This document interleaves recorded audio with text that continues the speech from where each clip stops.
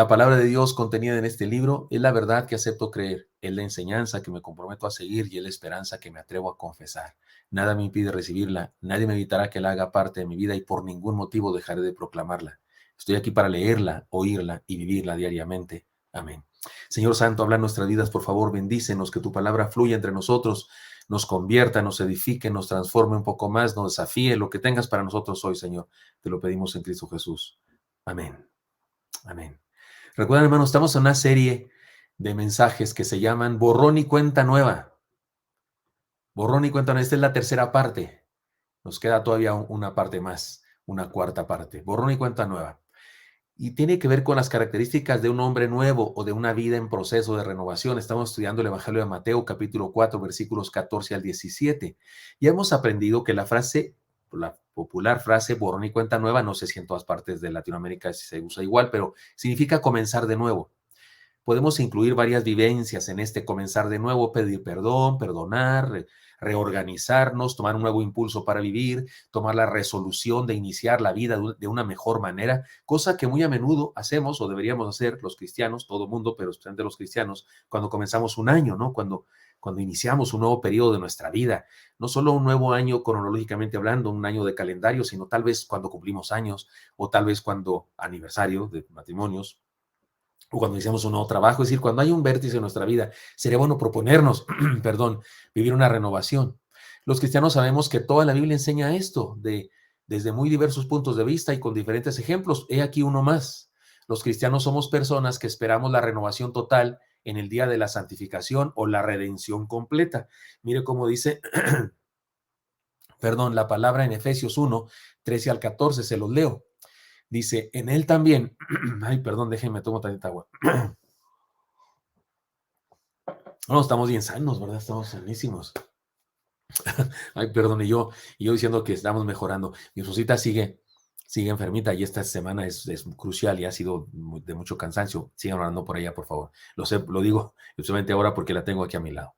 Miren lo que dice la palabra después de este lapsus de salud.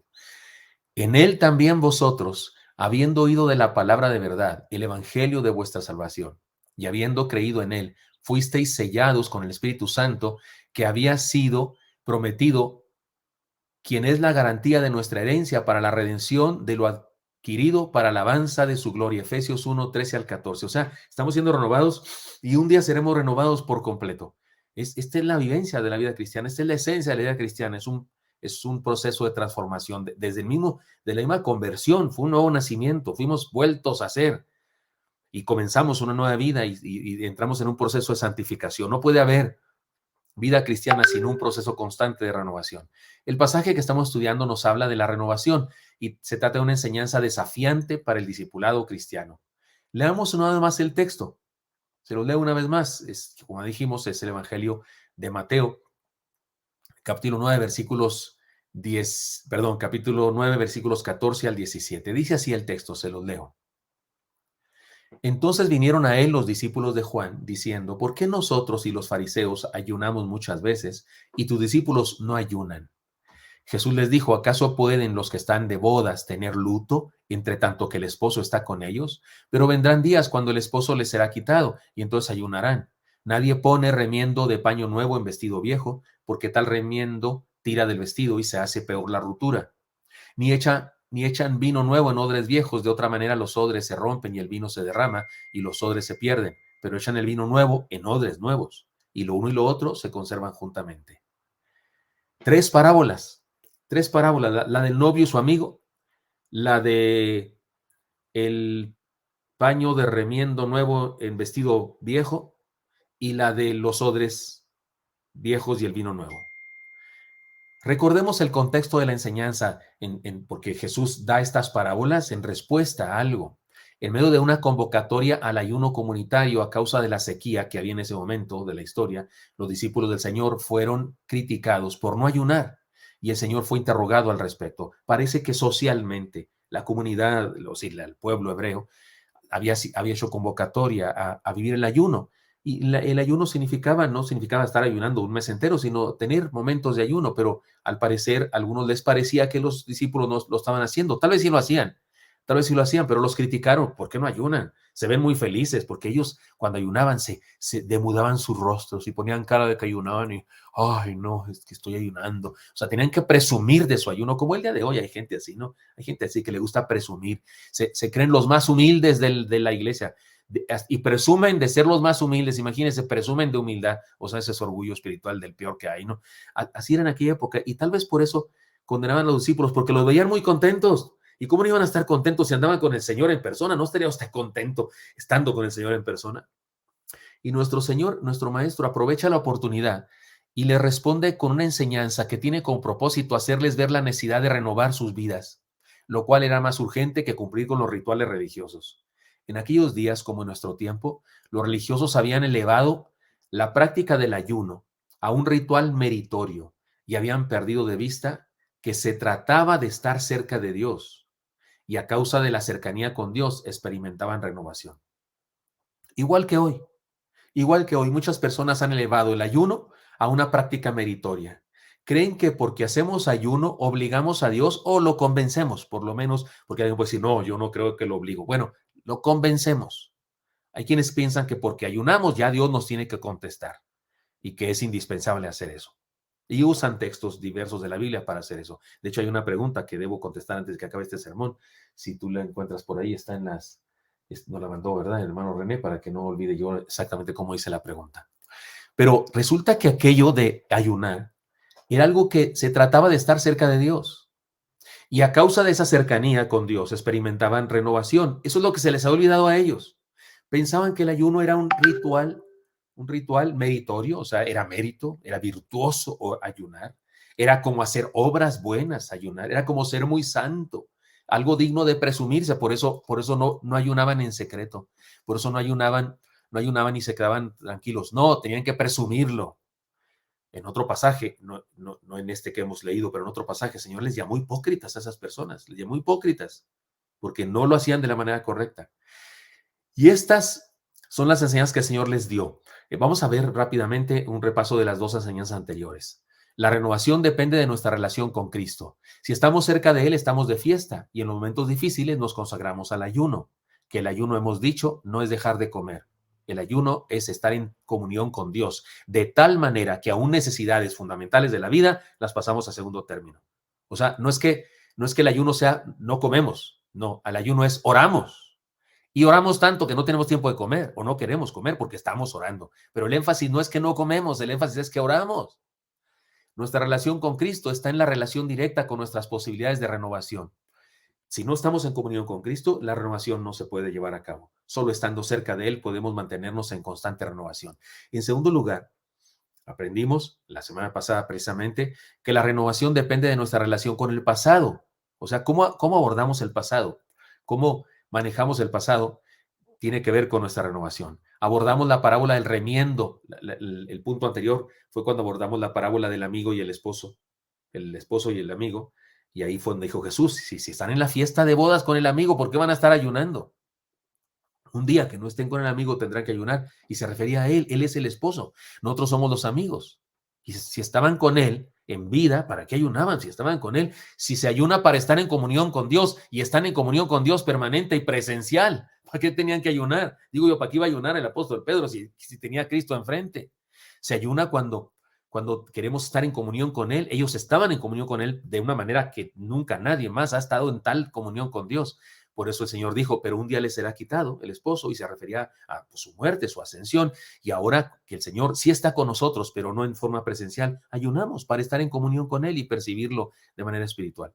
Pero la segunda enseñanza tiene que ver con la parábola de el vestido y el paño de remiendo, ¿no? La renovación depende de nuestra relación con el pasado. Un remiendo, para explicarlo, que quede claro, un remiendo de paño nuevo encoge cuando se lava por primera vez. En cambio, el vestido viejo ya encogió anteriormente. De modo que cuando pones un paño, un remiendo nuevo en un vestido, al lavarlos, no reaccionan de la misma manera, lo cual hace que el problema empeore, porque el remiendo sí encoge, da de sí. El vestido ya dio de sí. El remiendo encoge más y se hace más grande el agujero. Y Jesús dijo era un dicho, era una frase de aquella época. La gente usaba esa frase. Y Jesús la utiliza aquí para enseñarnos algo. ¿Qué quiso decir el Señor con el ejemplo? Para que nos quede más claro, pues, podremos enumerar algunas ideas. Escogí solamente algunas muy importantes de las que vimos la semana pasada. Son estas. Hay cosas que no valen la pena que las remendemos, sino que las sustituyamos por otras. Hay cosas que no hay que remendarlas, hay que cambiarlas por completo. Un foco fundido, no lo remiendas, lo cambias. Una idea caduca, no la remiendas, la quitas y pones otra idea en tu cabeza. En ocasiones lo que necesitamos hacer es comenzar de nuevo a seguir a Jesús como si empezamos desde el principio. No debemos conformarnos con parchar nuestra vida, debemos renovarla por completo. No se trata de seguir creyendo lo que creíamos antes y nomás parcharle algunas cositas nuevas, algunos versículos nuevos, algunas prácticas nuevas. No, renovamos la vida por completo. Debemos aprender del pasado, pero no debemos ser esclavos del pasado ni de la tradición del pasado. Debemos evitar caer en el estanque del pasado glorioso, pensando en lo que hicimos y teniendo un presente desastroso. Cuando alguien se la pasó, yo cuando me acuerdo, cuando yo era joven, iba a la iglesia y predicábamos y me acuerdo, ¿y ahora qué haces? ¿Ahora lo haces? Porque hay gente que vive del pasado, yo me acuerdo cuando iba a la iglesia, cuando mi papá me llevaba, cuando mi mamá me llevaba, y ahora ni te paras por ahí, ahora ni sirves, o sea, el pasado glorioso y el presente desastroso, eso no va. Y Jesús de eso habla aquí. No parchemos la vida. No nos estanquemos, dejémonos renovar por el Espíritu de Dios. He aquí la enseñanza de hoy. La renovación depende de nuestra relación con el futuro. ¿Cómo tratamos el futuro? ¿Cómo enfrentamos el futuro? De eso también depende nuestra renovación. Ya dijimos, nuestra renovación depende de nuestra relación con Cristo, nuestra relación con el pasado y ahora con el futuro. Ahora concentrémonos en la parábola de los odres, porque ahora Jesús cuenta otra parábola. Son 3 parábolas breves, la de los odres. Otra vez, el ejemplo es claro y contundente. Los odres se hacían de piel. Los odres son recipientes de piel, como esas botas que hay. Creo que se llaman botas en el ambiente, ¿no? Así del campo. En la charrería y en la fiesta de los toros, la gente usa así unas botas con vino. Era un recipiente de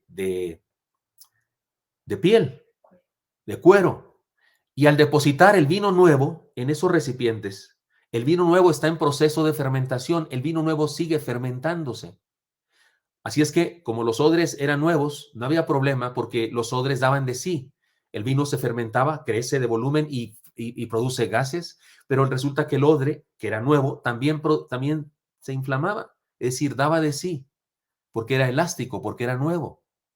Y no había problema, porque tenía elasticidad. Pero los odres viejos, carentes de elasticidad, porque ya habían crecido lo suficiente, ya estaban en el límite, estaban duros.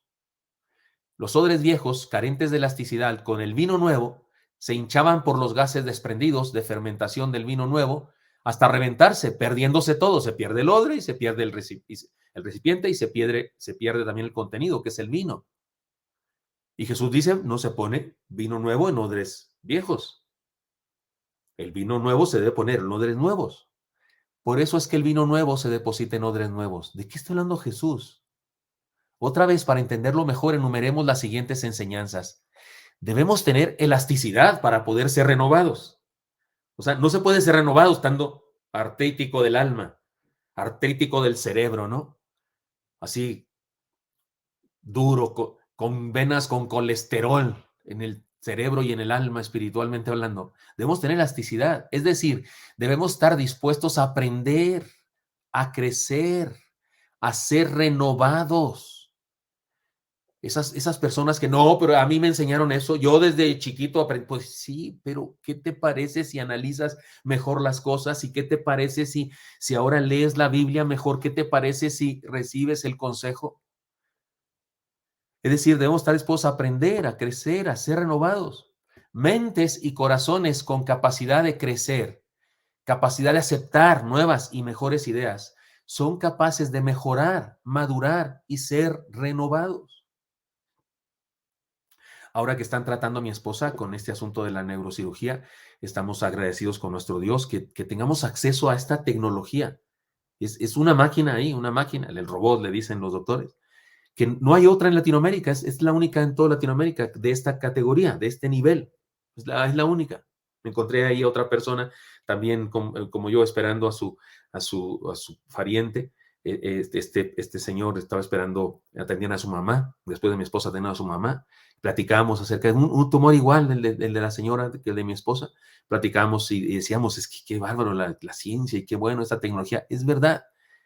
Imagínense los doctores. Imagínense un doctor que le dicen, oye, hay una mejor manera de tratar a las personas con un tumor hipoficiario. Hay una mejor manera que abrirles el cráneo. Se puede hacer así. No, no, a mí mi doctor, el doctor Furano de tal me enseñó y es el gran doctor que no sé qué. Y sale alguien ahí con su cantaleta del pasado glorioso, con sus ídolos, algunos ya se murieron, mi doctor que no ha muerto, y sí, ya se murió porque ya lo sepultaron, y sale con que no ha muerto porque lo recuerda en su corazón, no, y él me enseñó que la manera correcta era abrirle con un serrote el cráneo. Pero si hay unas máquinas, imagínese en la ciencia, en la tecnología, en lo que usted quiera. Si alguien no tiene la capacidad de crecer, de aceptar nuevas y mejores ideas, pues entonces está perdido. Está perdido. La doctora Chow, hermana de nuestra iglesia, lo diría así: la madurez se mide por el número de variables que manejas y no por las constantes que te rigen. Hay gente que tiene una sola constante en su vida. Voy derecho, no me quito, si me pegan me desquito. Es el único camino que tiene para hacer las cosas. Y hay gente que tiene variables. Cuando sucede esto, puedo hacerlo así, y en diferentes condiciones lo puedo hacer así. Y esas variables le hacen a una persona ser madura.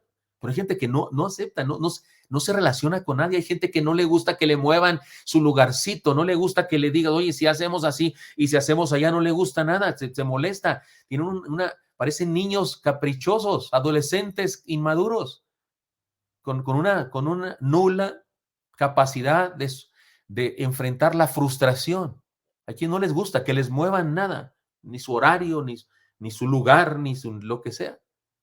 Y eso tristemente se da mucho en las iglesias, en el ambiente religioso.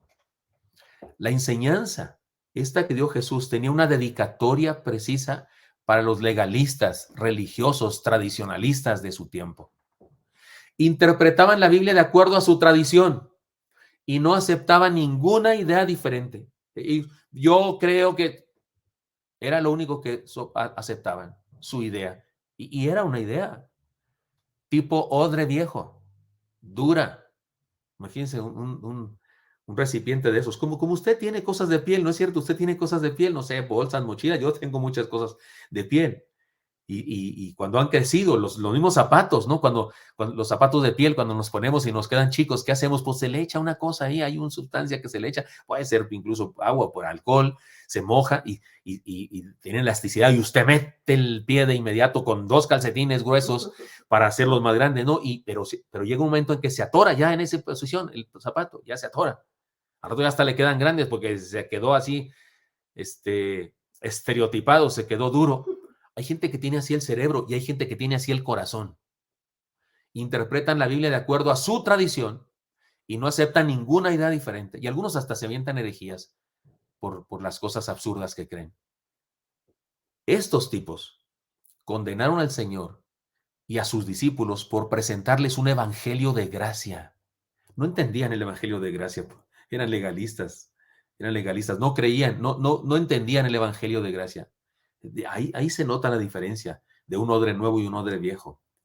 Los odres viejos no entienden la gracia, ni la practican, ni la viven, no tienen gracia para con nadie. Y no soportaban entonces, condenaron al Señor y a sus discípulos por presentarles un evangelio de gracia. Sus mentes y sus corazones eran odres viejos que no soportaron el vino que el Señor les ofrecía. Se partieron y no contuvieron, no se apropiaron del vino nuevo que el Señor les traía. Hermanos míos, no está tremenda esta verdad que dice el Señor. Debemos mantener las puertas de la mente y corazón abiertas, por favor. Debemos mantener las puertas de la mente y el corazón abiertas. Y miren, no me malentienda, la doctrina no cambia, la verdad de Dios no cambia. La doctrina no cambia, pero la manera como hacemos las cosas que Dios nos manda sí pueden cambiar. Sí pueden cambiar. El púlpito sí puede cambiar de lugar. Incluso podemos no usar púlpito. El púlpito ni siquiera aparece en la Biblia en el sentido del púlpito que tenemos en la Biblia. Allí en Nehemías aparece la idea de un púlpito, pero ni siquiera un púlpito así que estaba frente al predicador era un altar, era un lugar alto. Se le llamó púlpito ahí en Nehemías a un lugar alto, hasta dice el texto, porque él desde allá arriba podía ver a todos. En realidad era un estrado. La palabra más correcta para traducir ahí sería estrado, pero algunas Biblias castellanas traducen como púlpito. Pero así es que no, la verdad de Dios no cambia, la verdad de Dios no cambia, pero la forma como hacemos las cosas sí cambia. Nosotros nos reunimos tenemos un templo, las instalaciones de Plutarco, nuestro templo. Solo ahí está Dios, solo ahí escucha a Dios, solo ahí se debe orar, solo ahí se debe cantar. Si usted me dice que sí a todo esto que estoy diciendo, usted está teniendo en su mente una herejía. Vamos al teatro de un colegio y ahí se convierte en templo, porque la iglesia es su templo. La Biblia llama a la iglesia el naos de Dios, el templo de Dios. La iglesia es templo de Dios. Y estamos los cristianos ahí y ahí se convierte en un templo, porque no tiene que ver con el edificio ni con las paredes, tiene que ver con la ocasión que estamos viviendo y Dios está ahí porque Él prometió estar donde 2 o 3 estamos congregados en su nombre. Y si vamos al Gran Fórum, ahí ni siquiera es un teatro, ahí es un salón de baile, de fiestas, de reuniones de sindicatos. Pero cuando estamos nosotros ahí, se convierte en un templo porque es la presencia de Dios y de su iglesia, su pueblo. No, no cambiamos la doctrina, no cambiamos los principios ni las enseñanzas de la Biblia, pero la forma como vivimos las cosas, la verdad de Dios puede cambiar por las diferentes circunstancias que enfrentamos. El apóstol Pablo predicó en el Areópago, predicó en una escuela, la escuela de un tal tirano. En Libro de los Hechos se habla de un hermano, así se llamaba el amigo, que Remedio, no era nombre malo, pero se llamaba tirano, y en su escuela, igual que nosotros en el Anglo, se tenía una iglesia. Pero hay gente que tiene su mente cerrada, como los fariseos de esta época a los que Jesús está lanzando esta directa, no era indirecta, era directa. Debemos mantener las puertas de la mente y corazón abiertos. El progreso del mundo y el progreso de la iglesia no es otra cosa que la apertura de nuestras mentes y corazones. Y el estancamiento no es otra cosa que mentes cerradas, corazones cerrados. Recordemos lo siguiente, déjenme les cuento algunas cosas. Copérnico y Galileo, estos grandes científicos sabios de la antigüedad, tuvieron que retractarse de sus ideas respecto al Sol y la Tierra.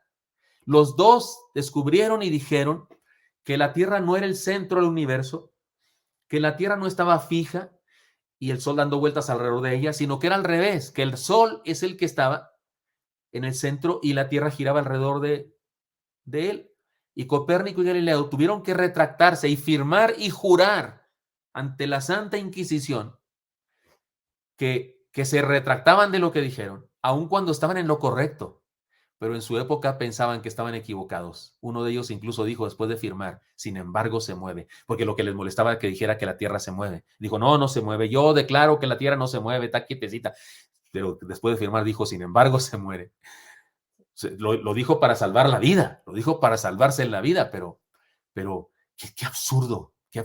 Ahora los legalistas y los de mente obstusa, los de corazón de odre viejo, pues les impedían el crecimiento y el progreso de la humanidad, por cierto. ¿Sabe usted que el automóvil, el tren y los aviones fueron satanizados en su tiempo cuando se inventaron por las mentes cerradas? Algunos de los cuales, esos de mentes cerradas, incluso eran religiosos, que hasta encontraron versículos bíblicos para probar que aquellos inventos eran del diablo.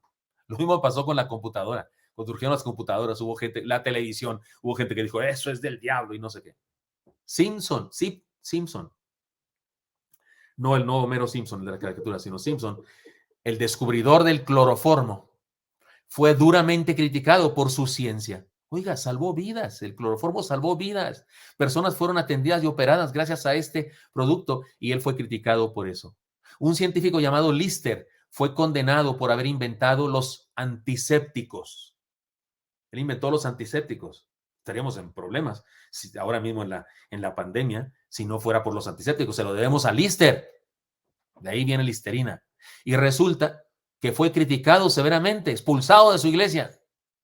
Jonás Hanway, que inventó el paraguas, recibió burlas. Incluso le lanzaron objetos a su paraguas para hacerle daño cuando la gente lo vio salir con su invento, tapándose el sol. Se enojaron y le aventaron cosas. ¿Cómo es posible? Si el sol lo creó Dios y no sé qué, pues sí lo creó Dios, pero también nos dijo cómo cuidarnos para que no nos queme demasiado. Muchos de los himnos que hoy consideramos preferidos y más santos que los cantos modernos, porque hay gente que dice que los himnos de antes son mejores y no sé qué. Pues algunos de esos himnos que algunas personas dicen que son sacrosantos y puros, fueron considerados como modernistas y fueron rechazados cuando el autor vivía. Hiñor, como dicen en mi rancho, Hiñor. Los himnos de Isaac Watts, hay muchos en el himnario de Isaac Watts, era un jovencito hijo de pastor que él estaba aburrido de los himnos antiguos y su papá le hizo un reto, pues compón tú uno a ver, y compuso uno y les encantó a la congregación y compuso uno cada día. Al rato en esa iglesia estaba siendo criticada por las demás iglesias porque estaban cantando cantos modernos. Qué mentes de odres viejos, ¿no? También Noé fue criticado por las nuevas ideas que tenía respecto al diluvio universal. Moisés recibió burlas y rechazo por sus ideas de libertad al pueblo hebreo. Todos los profetas fueron condenados por su llamamiento a la santidad y renovación. O sea, siempre que Dios levanta a alguien con renovación, lo critican. Incluso en ocasiones, los que se dicen seguidores de Dios. Y lo más triste, ¿quiere el ejemplo? El más terrible ejemplo, lo más triste, nuestro mismo Señor Jesucristo fue criticado, rechazado, apresado, interrogado, burlado, golpeado, crucificado y asesinado por haber traído un mensaje renovador que aquellos que tenían su mente cerrada y su visión en el pasado no pudieron entender. Fue necesario que los discípulos tuvieran una visión hacia el futuro. Me encanta aquel pasaje de Lucas cuando dice el texto que Señor Jesucristo, después de decirles cómo iba a morir, les dice el texto, y afirmó su mirada hacia Jerusalén. Afirmó su rostro hacia Jerusalén. Es un mensaje, con solo esa frase que dice el evangelista que nos está diciendo nada teológico, nomás nos está diciendo algo que pasó. Afirmó su rostro. Pero me gusta esa frase. ¿Qué quiere decir? Vean el futuro.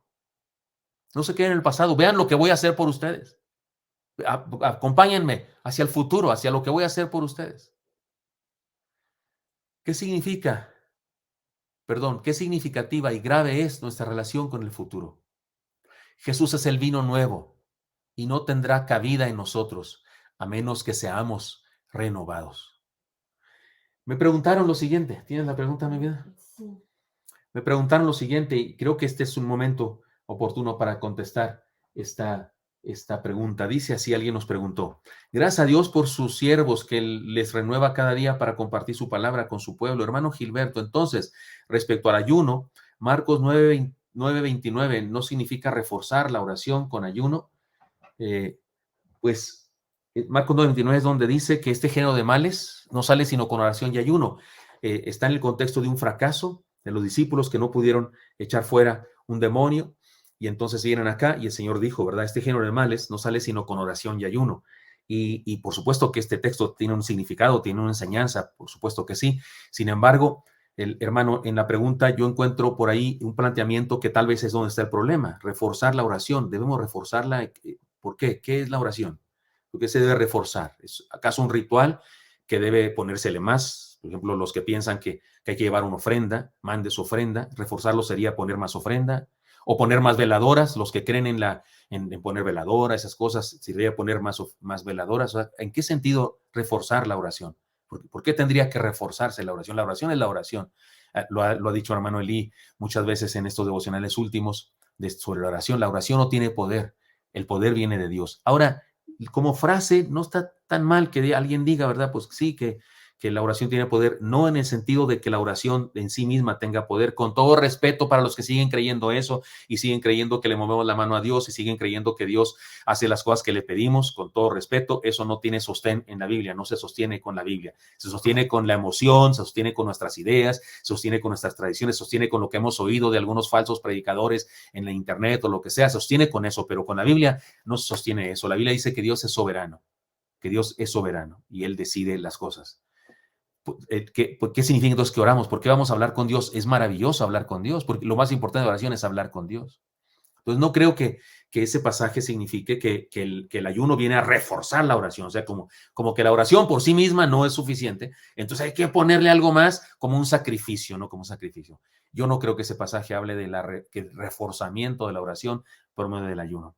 Me parece que lo que está diciendo ese pasaje es lo siguiente: para enfrentar circunstancias como esas, en las que fracasaron los discípulos, se requiere una más profunda e íntima comunión con Dios. Esa frase, la oración y ayuno, habla de una vida, de una profunda e íntima comunión con Dios. Para una persona enfrentar esas cosas, necesita tener como prioridad su comunión con Dios más que la comida. Necesita tener como prioridad el hablar con Dios todos los días y a cada momento y tener tiempos extensos de hablar con Dios que estar viendo el internet o el Facebook, lo que sea. Traducido a nuestro tiempo, eso sería este asunto de que no sale sino con oración y ayuno. Lo que está diciendo el Señor es, para llevar a cabo misiones con éxito como la que enfrentaron y fracasaron, requieren una más profunda, más íntima, más significativa comunión con Dios. Me parece que eso es lo que está diciendo, pero no tiene que ver con reforzar o no reforzar, porque si hablamos de reforzar, entonces estamos pensando que la oración es una cosa que hay que añadirle, y no es más que hablar con Dios. Si yo voy a hablar con mi esposa, no tengo por qué reforzar mi hablar con mi esposa, a menos que yo crea que Dios es como los seres humanos, ¿verdad? Porque pudiera ser que un hijo chiquito quiere hablar con su padre, quiere pedirle permiso para ir al cine, y entonces si viene y le da unos besos, papá, te quiero mucho, te amo, está reforzando su petición, ¿verdad? Dios no necesita eso. Dios no necesita que finjamos interés, Dios no necesita que lo sobornemos. Por eso no me gusta la idea de reforzar, porque lo hacemos entre nosotros. Eso hacemos entre nosotros. Usted quiere convencer a una persona, pues le da que lo dejen ir libre aunque se pasó el alto, pues dele una lana. Dios, ¿podemos reforzar la oración? No. No, lo que dice ese pasaje no tiene nada que ver con reforzar o no reforzar. La oración no se refuerza ni se refuerza ni nada. La oración es hablar con Dios. Pero lo que dice el Señor ahí es que estemos en comunión con Él. Pero, ¿sabe por qué quise dejar esta pregunta para el final? No tiene nada que ver con usted, hermano, que preguntó, sino tiene que ver con lo que yo percibo en el mundo. Creo que hay una resistencia en el mundo, y especialmente en el mundo religioso, una resistencia a entender, a entender lo que dice la palabra con respecto a la oración, la fe. Hay una resistencia porque nos agrada mucho creer que depende de nosotros. Nuestro orgullo humano, nuestra soberbia humana no soporta la idea de que no dependa de nosotros. No, es que si yo oro, es que mi fe, es que si yo oré mucho, es que yo tengo mucha fe, es que ayuné. Nos encanta la idea. ¿No percibe usted eso? Que no está bien eso. Nos encanta la idea de pensar que fue por mí.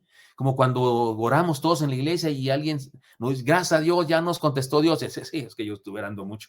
Es que yo ayuné por ti. ¿Qué te pasa? ¿Cómo dices eso? Eso es soberbia. Eso es fariseísmo. Eso es ser odre viejo. Cuando los predicadores como yo explicamos que la oración no tiene poder, que la fe no tiene poder, que el poder está en Dios, que usted y yo no le movemos la mano a Dios, hay gente que no soporta eso, no le gusta esa idea. ¿Por qué? Porque nos gusta mucho la idea de ser jedis espirituales, los jedis, ¿no? Jedis, los que movían. Yo sí quisiera ser un jedi, especialmente cuando estoy muy cansado y me tiro ahí en la cama y el control está ya en el escritorio. El control de la televisión. ¿No le gustaría a usted ser el jedi que extiende su mano y si bien, a mí sí me gustaría hacer eso, pero hay gente que quiere ser eso y les molesta la idea? Hermanos, bajémosle unas rayotas a nuestra soberbia y orgullo. Si ese es nuestro problema humano, si de ahí venimos y de ahí por eso caímos en el huerto del Edén, por creer que por creer que podemos llegar a ser Dios. Esa fue la tentación de Satanás a Eva. Serás como Dios. Ya bajémosle, ya entendamos que eso no era cierto. No somos Dios. Le buscamos para estar en comunión con Él, para suplicarle, para decirle como Jesús. El ejemplo perfecto es Jesús. Jesús dijo, hágase tu voluntad y no la mía. Esa es la oración verdadera. Hágase tu voluntad y no la mía. Nada de que haz esto, Señor, porque yo te lo pido. Haz esto porque es lo que... Hágase tu voluntad y no la mía. Cuando ayunamos, no reforzamos nada. Si acaso reforzamos nuestra vida de mi intimidad con Dios, pero no estoy como dándole más autoridad a mi oración, como estoy dándole más ingredientes a mi oración para que Dios la conteste. No. Estamos en más íntima comunión con Él. Creo que eso es lo que quiso decir Jesús acá. Así que, hermanos míos, Jesús es el vino nuevo y no tendrá cabida en nosotros a menos que seamos renovados todos los días. Sí, esta exhortación que hizo Jesús aquí fue Para los discípulos de Juan el Bautista y para los fariseos, porque ya expliqué desde el primer mensaje que los dos casos, Mateo, Marcos y Lucas, cuentan que fueron no solamente Juan el Bautista, sino también los discípulos de los fariseos, los que preguntaron eso criticando a los discípulos de Jesús. Fue un mensaje para ellos, pero ustedes y yo no lo adjudicamos, porque en ocasiones actuamos como los fariseos y como los discípulos de Juan. Y elevamos prácticas de la vida cristiana a prácticas, a rituales meritorios que no lo son. Todo es por gracia de Dios y por su soberanía maravillosa. Renovemos nuestra vida, que el vino nuevo de Jesús tenga cabida en nosotros y permanezca en nosotros y no nos rompa, porque nuestra vida es capaz de aceptarle, es capaz de experimentar transformación, renovación, no solo una vez, sino cada día. Señor Santo, bendice a mis hermanos y mis hermanas y te pido, Dios, que a todos nosotros nos permita la dicha, Señor, de evolucionar, de madurar, de crecer, de ser mejores cristianos, de entender mejor tu palabra, de sanar nuestras ideas equivocadas, de tener sanas doctrinas en nuestro corazón, en nuestra mente, Señor, y de relacionarnos sanamente contigo cada día más y mejor. Pongo nuestras vidas en tus manos, en Cristo Jesús. Amén.